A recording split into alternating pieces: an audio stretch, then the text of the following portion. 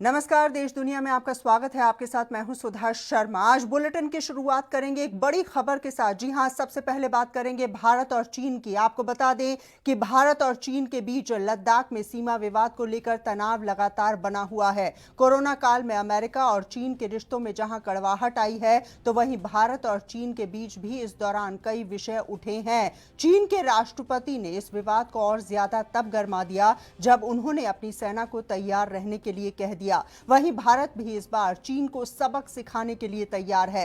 भारत का इरादा साफ है कि बिना किसी दबाव में आए चीन को हराया जाएगा। सेना को सीमा पर चल रहे निर्माण कार्य को जारी रखने के निर्देश दे दिए गए हैं। और इन सब के बीच इस विवाद में अमेरिका के राष्ट्रपति ट्रंप ने मध्यस्थ बनने की पेशकश कर दी है। ट्रंप ने कहा है कि हमने चीन और भारत दोनों से कहा है कि अमेरिका दोनों देशों के बीच बढ़ते सैन्य तनाव को कम करने के लिए तैयार है। इस पूरे घटनाक्रम में अब चीन का बड़ा बयान आया है। चीन के विदेश मंत्रालय के प्रवक्ता ने कहा है कि भारतीय सीमा पर हालात स्थिर और नियंत्रण में हैं। आपको बता दें कि कोरोना काल में कुछ दिनों से लद्दाख में वास्तविक नियंत्रण रेखा के पास कई इलाकों में भारतीय सैनिकों और चीनी सैनिकों के बीच में टकराव की स्थिति जारी है।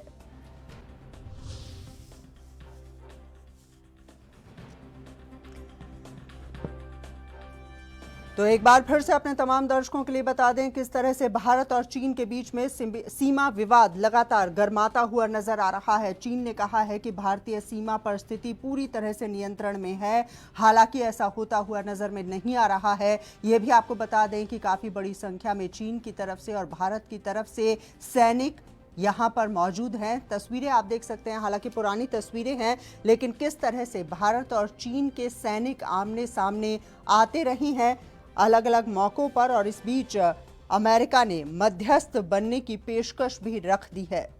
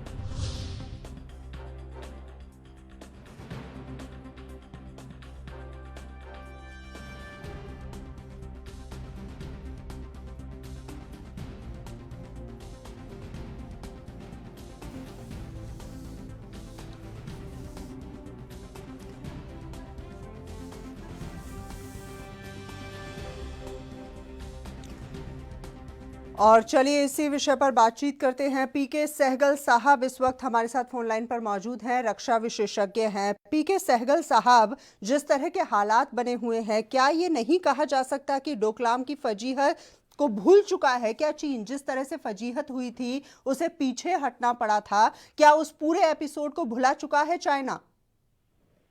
मुझे नहीं लगता चाइना भुला चुका है। वो हिंदुस्तान को टेस्ट कर रहा है और हिंदुस्तान ने साफ तौर पे कहा है कि हम किसी प्रकार से कोई कॉम्प्रोमाइज नहीं करेंगे जहां तक हमारी सॉवरेनिटी का ताल्लुक है, टेरिटोरियल इंटीग्रिटी का ताल्लुक है और इंफ्रास्ट्रक्चर कंस्ट्रक्शन का क्वेश्चन है। जब चीन ने अपनी तरफ क्वेश्चन बनाया तो हमने किसी प्रकार का कोई ऑब्जेक्शन नहीं किया।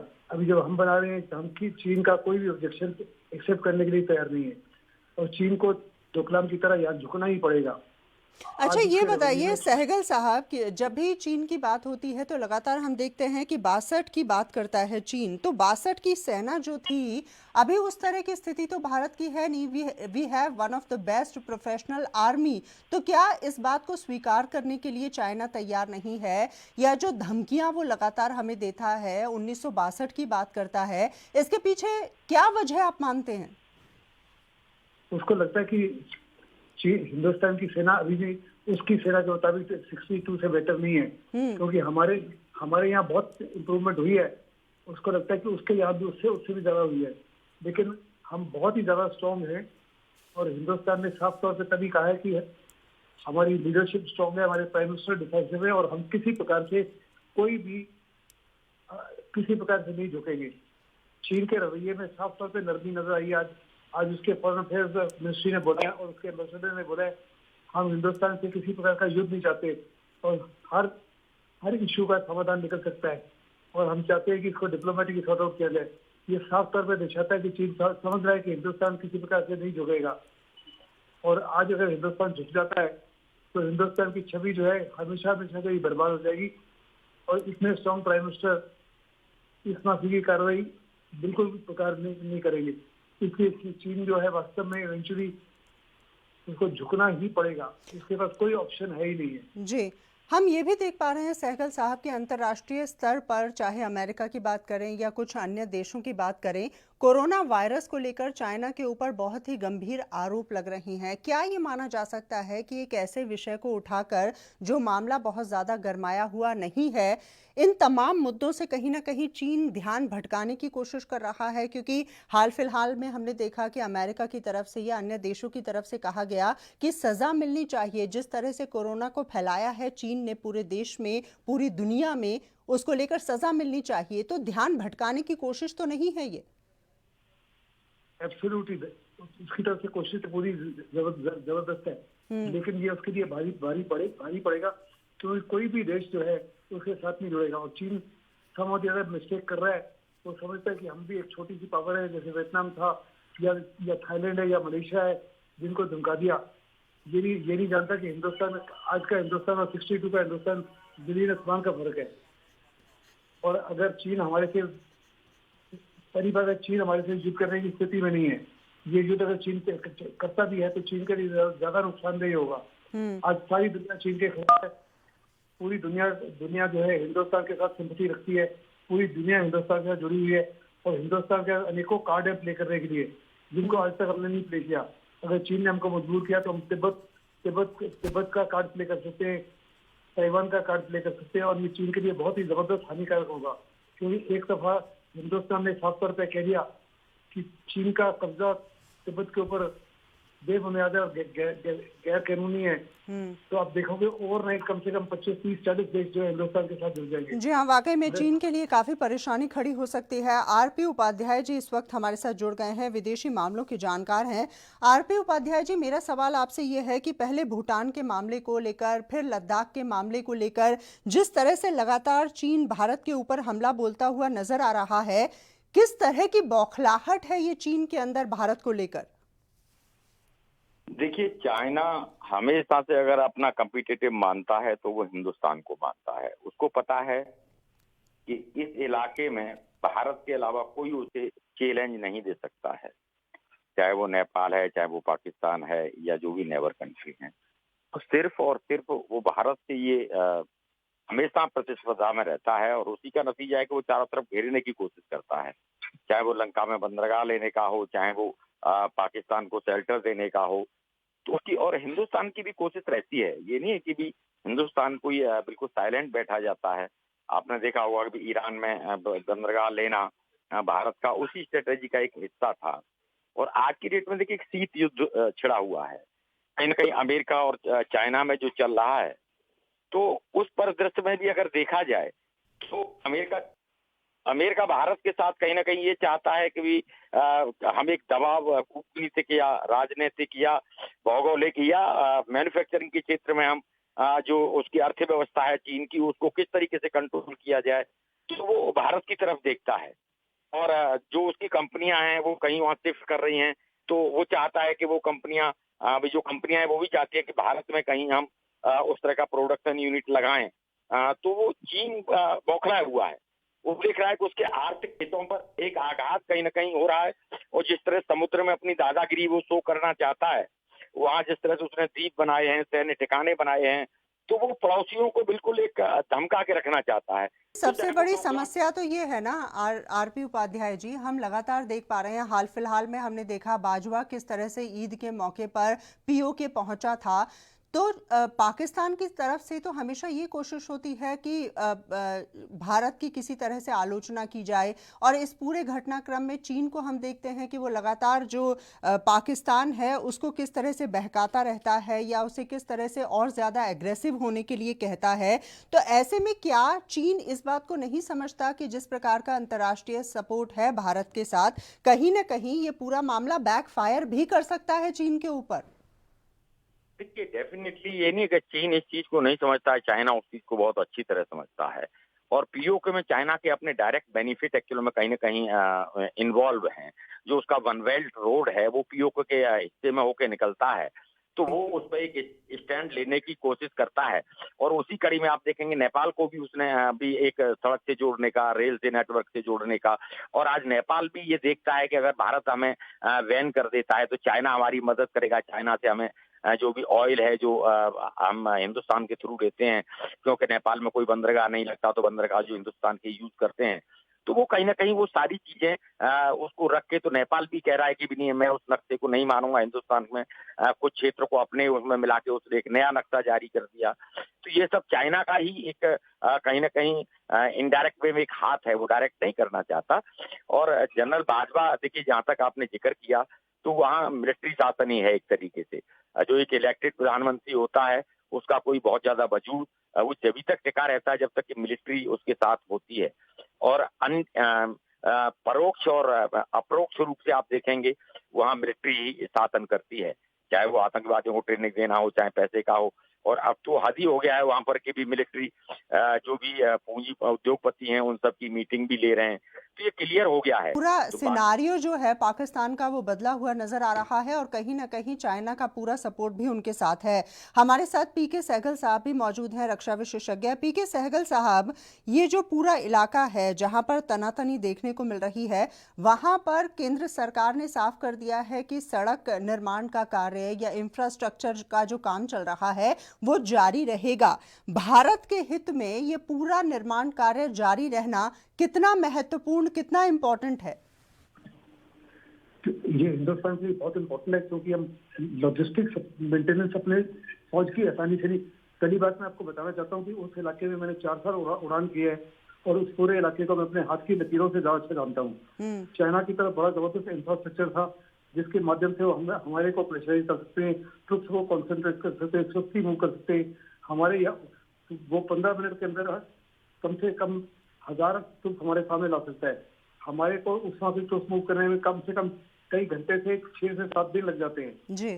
लेकिन जब ये सड़क बन जाएगी तो हम भी उसका मुकाबला उसी टाइम फ्रेम में कर सकते हैं। और वो उससे चिंतित है। जो हमने कहा है कि पिछले 71 बॉर्डर रोड, स्ट्रेटेजिक रोड बना रहे हैं 2022 तक, उससे साफ तौर पे जानता है चीन कि जो उसको एडवांटेज था ऑल दी ईयर, वो उसका एडवांटेज न्यूट्रलाइज हो जाएगा। वो हिंदुस्तान के ऊपर बड़ा दबाव डाल रहा है कि ये इंफ्रास्ट्रक्चर बंद करो। हिंदुस्तान ने साफ तौर पर कह दिया हम किसी हालत में इसको बंद नहीं करेंगे, क्योंकि जब आपने अपनी तरफ कार्रवाई की तो हमने किसी प्रकार से आपको टोका नहीं, किसी प्रकार से रोका नहीं। और क्योंकि ये गतिविधियां हम अपनी टेरिटरी में कर रहे हैं जो डिस्प्यूटेड नहीं है, तो हम आपकी धमकी को किसी प्रकार से एक्सेप्ट नहीं करेंगे। जी हाँ, वाकई में। और जहां पर ये पूरा विवाद देखने को मिल रहा है वो तो ऐसा इलाका है जो कि भारत की सीमा के अंदर आकर करीबन 5-6 किलोमीटर का हिस्सा है। उपाध्याय साहब, जिस तरह का पूरा घटनाक्रम अब देखने को मिल रहा है, इस बीच में जो अमेरिका है उसने कहा है कि वो मध्यस्थता करने के लिए तैयार है भारत और चीन के बीच में।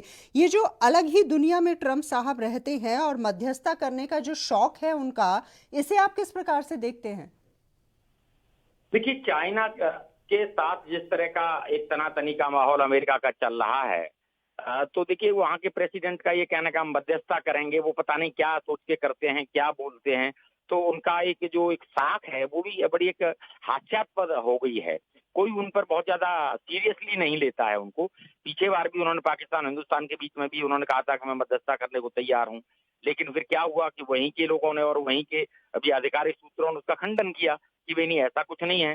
तो जहां तक मैं समझता हूँ, चाइना के खिलाफ अमेरिका चाहता है कि भी उस पर कहीं में एक कार्रवाई हो, कोई अंकुश लगे। और आपने देखा होगा अंतर्राष्ट्रीय पंचायत का फैसला समुद्र की सीमा के उसमें वो नहीं माना चाइना ने, तो उसकी बौखलाहट भी अमेरिका में है। लेकिन फाइनेंशियली जिस तरीके से मजबूत चाइना है, वो कहीं ना कहीं वो उतना मजबूत होने के नाते कोई डायरेक्ट कार्रवाई अमेरिका उस पर नहीं करना चाहता। वो अगर मान लीजिए यूज करेगा तो भारत को यूज, और जहां तक मैं समझता हूं कि अमेरिका कोई हमारा विश्वसनीय मित्र नहीं है। देखिए, जब जब भाई संकट की घड़ी आई है तो अमेरिका ने उतना मदद नहीं किया जितना रसिया ने किया। भाई कई देखा होगा जब पिछले युद्ध हुआ तो बिल्कुल अमेरिका भारत के अगेंस्ट था। वो एक रसिया ही था जो हमारे साथ खड़ा था और कहीं ना कहीं हमें सपोर्ट कर रहा था और हमें उसमें विजय भी मिली। तो ये सारी चीजें हैं। और ये देखिए, कूटनीतिक राजनीतिक बहुत सारी जो पहलें होती हैं उनके अकॉर्डिंग, चाहे वो अमेरिका है, चाहे वो भारत है, चाहे वो दूसरे देश हैं, वो एक कोशिश करते हैं। और चाइना का जहां तक प्रश्न है, तो चाइना खूब अच्छी तरह समझता है कि देखिए भारत एक बहुत बड़ा बाजार है। अगर यहाँ तनातनी का माहौल होता है या कोई छोटा मोटा युद्ध भी होता है, तो एक बहुत बड़ी कीमत कहीं ना कहीं चाइना को चुकानी पड़ेगी। जी हाँ, वाकई में। और भारत सरकार की अगर बात करें, केंद्र सरकार की अगर बात की जाए, तो लगातार ये बात स्पष्ट तौर से कह दी गई है कि तनाव को कम करने की कोशिश तो जरूर की जाएगी, लेकिन इस बार चीन को सबक जरूर सिखाया जाएगा। हमने देखा किस प्रकार से पहले भूटान के अंदर और अब लद्दाख के अंदर लगातार विवादित मुद्दों को उठाने की चाइना कोशिश करता हुआ नजर आ रहा है, लेकिन भारत सरकार की स्थिति बिल्कुल साफ है। भारत सरकार का स्टैंड बिल्कुल साफ है कि इस बार अगर छेड़ोगे तो छोड़ेंगे नहीं। बहुत बहुत शुक्रिया उपाध्याय जी हमसे बातचीत करने के लिए। पीके सहगल साहब का भी धन्यवाद करेंगे हमसे बातचीत करने के लिए। और चले इसी के साथ यहां रुकेंगे एक ब्रेक के लिए। ब्रेक के बाद जब वापस लौटेंगे तो बात करेंगे कोरोना वायरस की।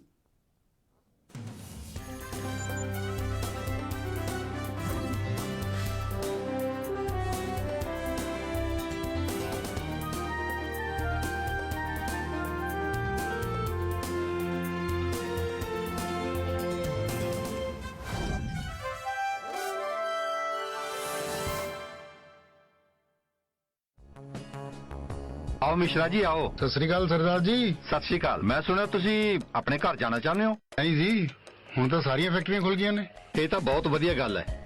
ਸਰਕਾਰ ਨੇ ਸਾਨੂੰ ਲਾਕਡਾਊਨ 4 ਚ ਬਹੁਤ ਸਹੂਲਤਾਂ ਦਿੱਤੀਆਂ ਨੇ, ਜਿਸ ਵਿੱਚ ਤੁਹਾਡੀ ਫੈਕਟਰੀ ਵੀ ਖੁੱਲੀ ਹੈ, ਜਿਸ ਵਿੱਚ ਸਾਨੂੰ ਲਾਕਡਾਊਨ ਦੇ ਨਿਯਮਾਂ ਦਾ ਧਿਆਨ ਰੱਖਣਾ ਹੈ ਤੇ ਕੰਮ ਤੇ ਆਉਣ ਜਾਣ ਲੱਗਿਆਂ ਮਾਸਕ ਲਗਾ ਕੇ ਰੱਖਣਾ ਹੈ। ਨਾਲੇ ਸਾਥੀਆਂ ਨੂੰ ਵੀ ਇਸ ਚੀਜ਼ ਬਾਰੇ ਜਾਣਕਾਰੀ ਦੇਣੀ ਜ਼ਰੂਰੀ ਹੈ ਤਾਂ ਜੋ ਅਸੀਂ ਇਸ ਮਹਾਮਾਰੀ ਨੂੰ ਹਰਾ ਸਕੀਏ। 2 ਗਜ਼ ਦੀ ਦੂਰੀ, अपनी सुरक्षा अपने हक।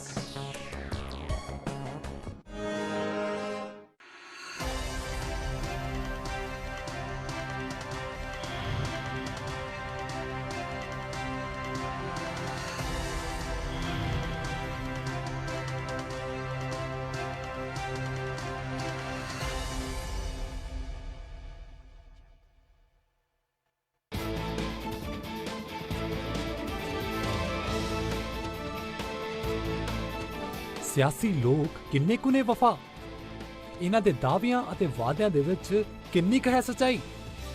ਇਹਨਾਂ ਸਵਾਲਾਂ ਦੇ ਜਵਾਬ ਲੱਭਣ ਦੇ ਲਈ ਦੇਖੋ ਜਗਤਾਰ ਦਾ ਵਾਰ ਹਰ ਐਤਵਾਰ ਸ਼ਾਮੀ 7 ਵਜੇ ਸਿਰਫ ANB ਨਿਊਜ਼ ਤੇ।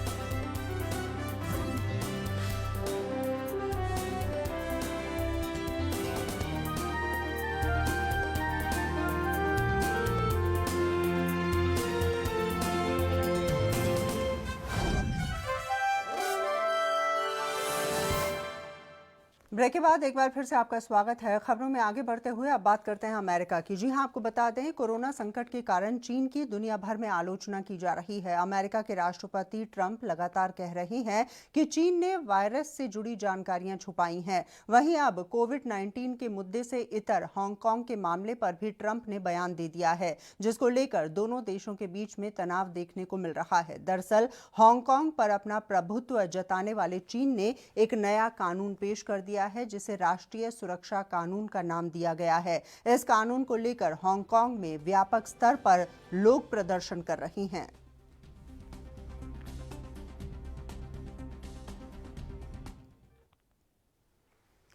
और वहीं अमेरिका और यूरोप में कोरोना की रफ्तार कुछ कम देखने को मिल रही है, लेकिन हालात अब भी गंभीर बने हुए हैं। दुनिया भर में कुल मरीजों का आंकड़ा 56 लाख को पार कर चुका है, जबकि मरने वालों की संख्या 3.48 लाख से भी ज्यादा हो चुकी है। इस बीच अमेरिका में 17,06,277 लोग कोरोना के शिकार हो चुके हैं, जबकि मौत के आंकड़े 99,807 हो चुके हैं। दुनिया के 213 देशों में पिछले 24 घंटे घंटे के दौरान कोरोना के 90,128 मामले सामने आ चुके हैं, जबकि मरने वालों का आंकड़ा 3,000 से भी ज्यादा हो चुका है। एक दिन पहले दुनिया में कोरोना से मरने वालों की संख्या 2,826 थी।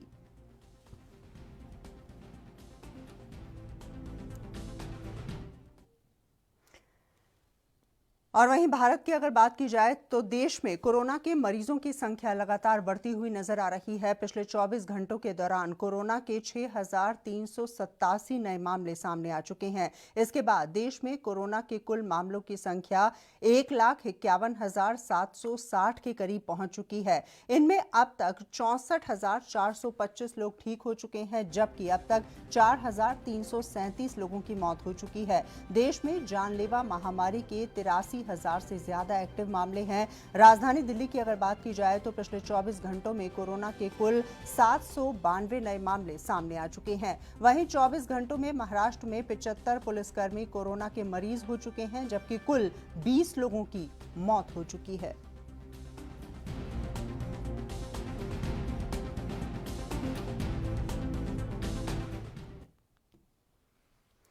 और खबरों में आगे बढ़ते हुए अब बात करते हैं वायुसेना की। जी हां, आपको बता दें भारतीय वायुसेना को आज तेजस लड़ाकू विमानों का नया और दूसरा स्क्वाड्रन मिल चुका है। वायुसेना के प्रमुख एयर चीफ मार्शल भदौरिया ने तमिलनाडु के सुलूर एयरबेस पर वायुसेना की 18वीं स्क्वाड्रन को सौंपा। भदौरिया ने आज उन्होंने सिंगल सीटर लड़ाकू विमान तेजस में उड़ान भी भरी है। आपको ये भी बता दें कि इससे पहले तमिलनाडु के सुलूर एयरबेस पर हल्के तेजस फाइटर विमानों के दूसरे स्क्वाड्रन का आज संचालन किया गया। एयरफोर्स की 18वीं स्क्वाड्रन अब हल्के लड़ाकू विमान तेजस से लैस होगी।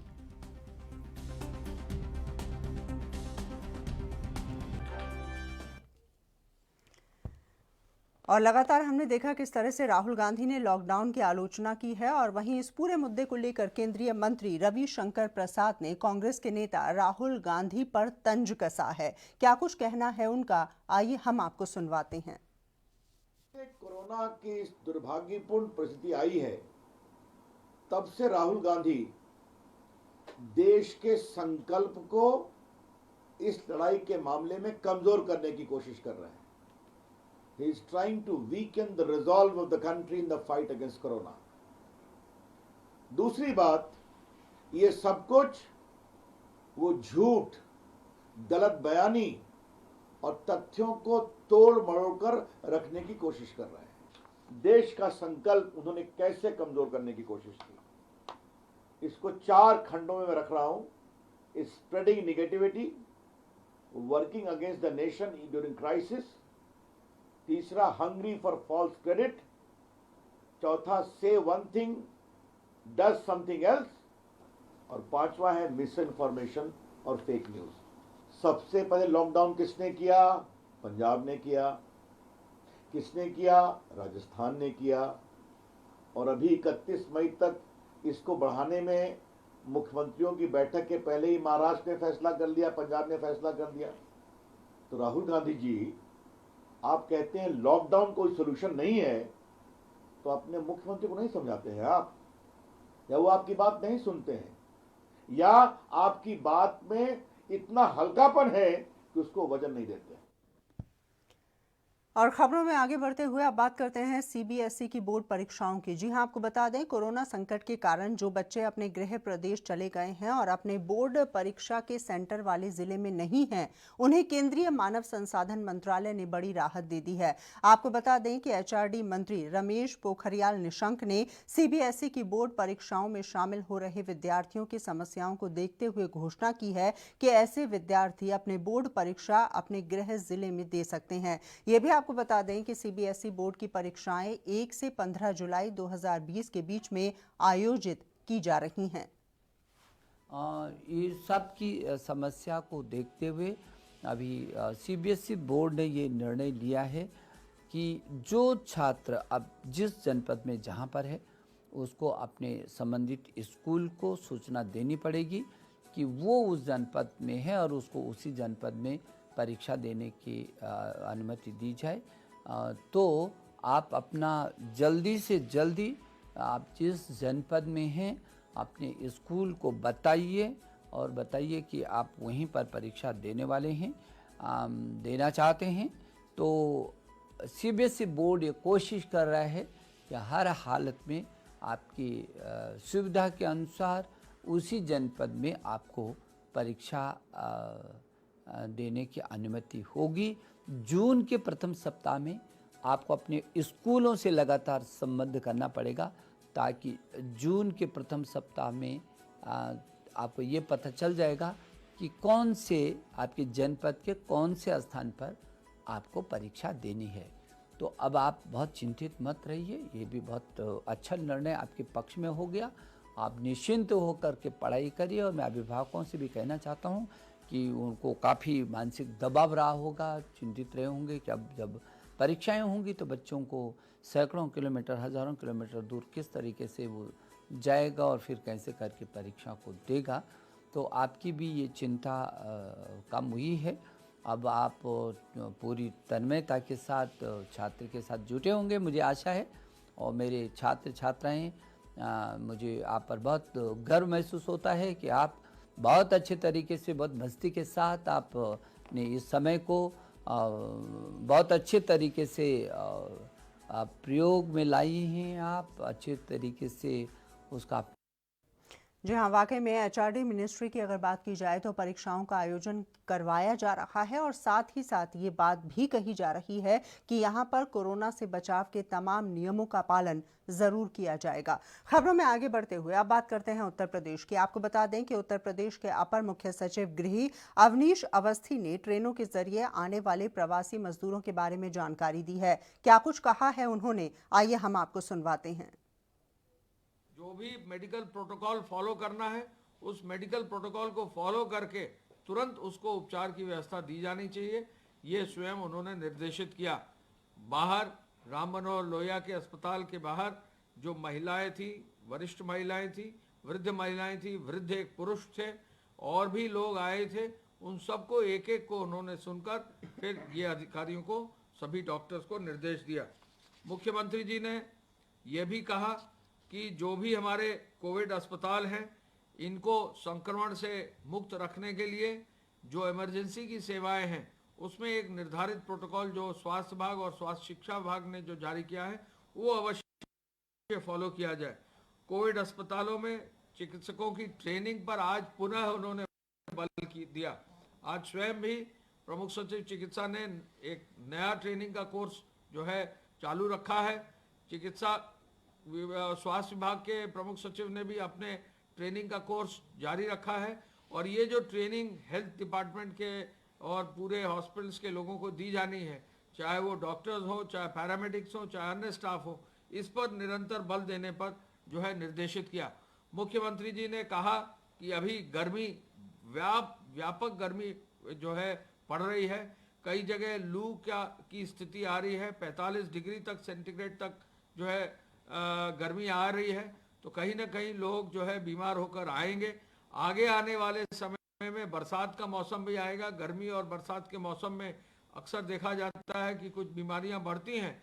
ऐसे में इस पर विशेष नज़र और इस पर जो है इमरजेंसी की सेवाओं को और मजबूत करने के लिए उन्होंने निर्देशित किया। उन्होंने ये भी कहा कि लॉकडाउन को सफल करने के लिए चीफ सेक्रेटरी साहब और डीजीपी साहब, सभी वरिष्ठ पुलिस अधिकारी और वरिष्ठ प्रशासनिक अधिकारियों से एक एक अधिकारी से उनको जो है बात करके उनको निर्देश दें कि जो लॉकडाउन अब 4 में कार्रवाई चल रही है, दुकानें खुल रही हैं, व्हीकल्स का मूवमेंट हो रहा है, और भी अन्य जो एक्टिविटीज़ हुई हैं, उसमें सोशल डिस्टेंसिंग का पालन जरूर। जी हाँ, वाकई में उत्तर प्रदेश में लगातार ये कोशिश की जा रही है कि श्रमिक जो पहुंच रही हैं उनकी टेस्टिंग की सुविधा बहुत आसानी से उपलब्ध करवाई जाए। उसके अलावा क्वारंटीन भी उन्हें किया जा रहा है, और तमाम तरह के ऐसे प्रिकॉशन लिए जा रहे हैं ताकि ज़्यादा से ज़्यादा कोरोना के ऊपर अंकुश लगा कर रखा जाए उत्तर प्रदेश में। और चलिए इसी के साथ फिलहाल के लिए देश दुनिया में बस इतना ही। दीजिए इजाज़त, नमस्कार।